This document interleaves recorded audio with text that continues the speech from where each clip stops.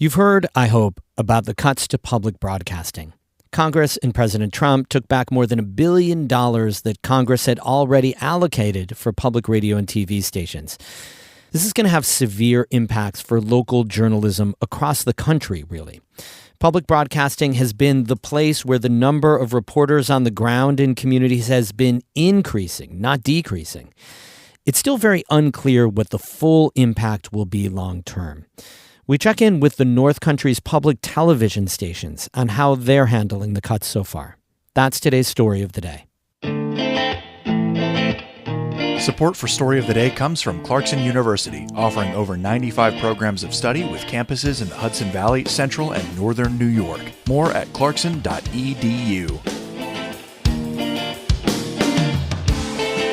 Hey, I'm David Sommerstein. It's Friday, July 25th. First up, new data from the federal government lays out how many fewer Canadian drivers are crossing into New York compared to last year.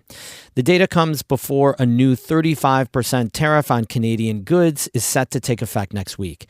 Michael Loss reports for the New York Public News Network. All 7 major land crossings in the Empire State saw declines in automobile crossings during June 2025 compared to June 2024. The Peace Bridge, which is one of the country's busiest northern border crossings, saw the largest total decrease in June travelers, with 68,388 fewer vehicles coming to Buffalo, New York from Fort Erie, Ontario. In terms of the sharpest percentage decline, the Whirlpool Rapids Bridge in Niagara Falls saw almost 30% fewer automobile crossings. 2 major land crossings in New York's North Country also saw declines compared to last June, with the Ogdensburg-Prescott Bridge facing a nearly 27% decrease and the Thousand Islands Bridge witnessing a 14% shrink in automobile crossings. U.S. Senate Minority Leader Chuck Schumer has been reacting to these monthly crossing reports from Customs and Border Protection, using the numbers to call on New York House Republicans to help end the trade war between the United States and Canada. The Senate narrowly passed a resolution in April that sought to end U.S. tariffs on their neighbors to the north. Schumer believes the shortage in automobile crossings will continue to hurt upstate New York businesses that rely on Canadian tourism during the summer season. In Buffalo, I'm Michael Loss for the New York Public News Network. A local environmental group has been testing water quality this summer in the Thousand Islands portion of the St. Lawrence River. And one spot near Cape Vincent has failed a test twice. News intern Richard Haller reports. Save the River is a nonprofit group working to protect the St. Lawrence River and inform residents about water safety.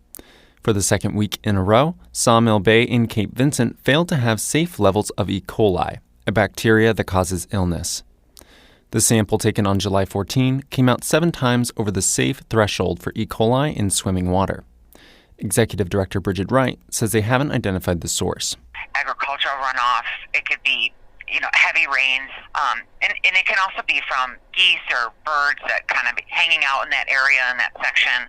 If you had a ton of people overloading the beach and swimming, there's these variables.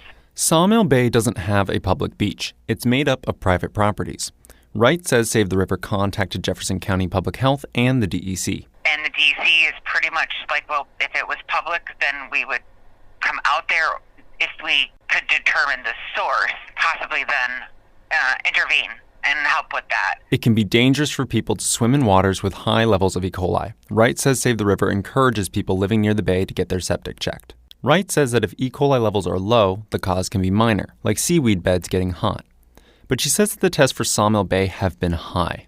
That indicates to me, and this is just my assumption, it's another stronger source, something much more potent that's streaming in somehow into that area. Wright says Save the River is hoping to revitalize its old Kingfisher program, which helped provide free on-site sewage water quality tests to residents in the Thousand Islands region. For North Country Public Radio, I'm Richard Haller in Canton.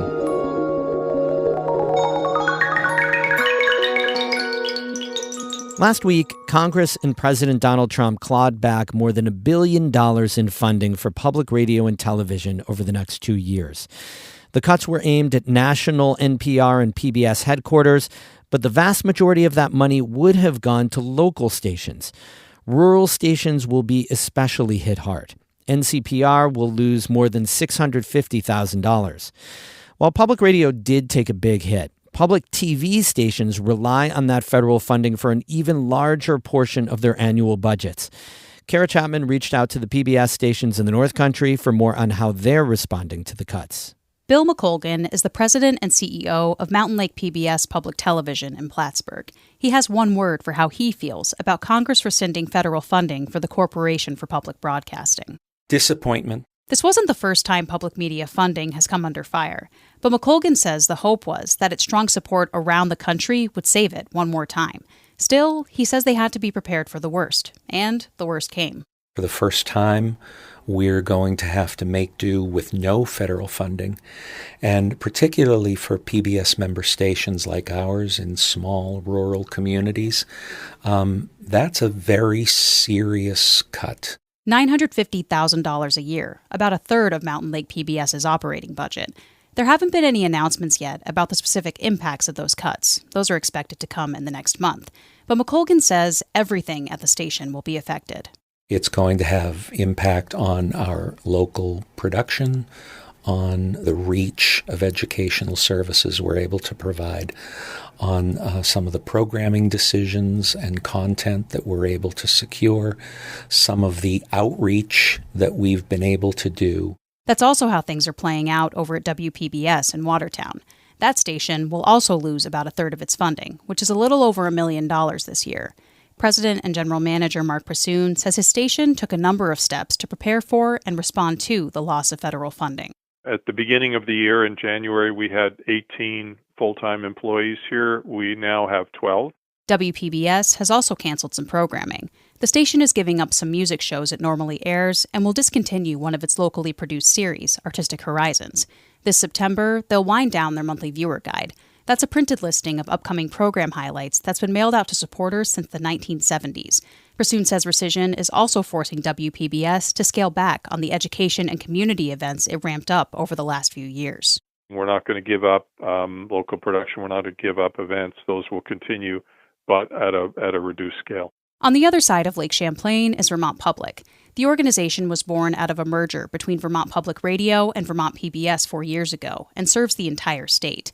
With the clawback of CPB funds, Vermont Public will lose $4 million over the next 2 years, about 10% of its budget. CEO Vijay Singh says being a merged organization does help shore up Vermont Public against challenges like these funding cuts. But there's also more risk.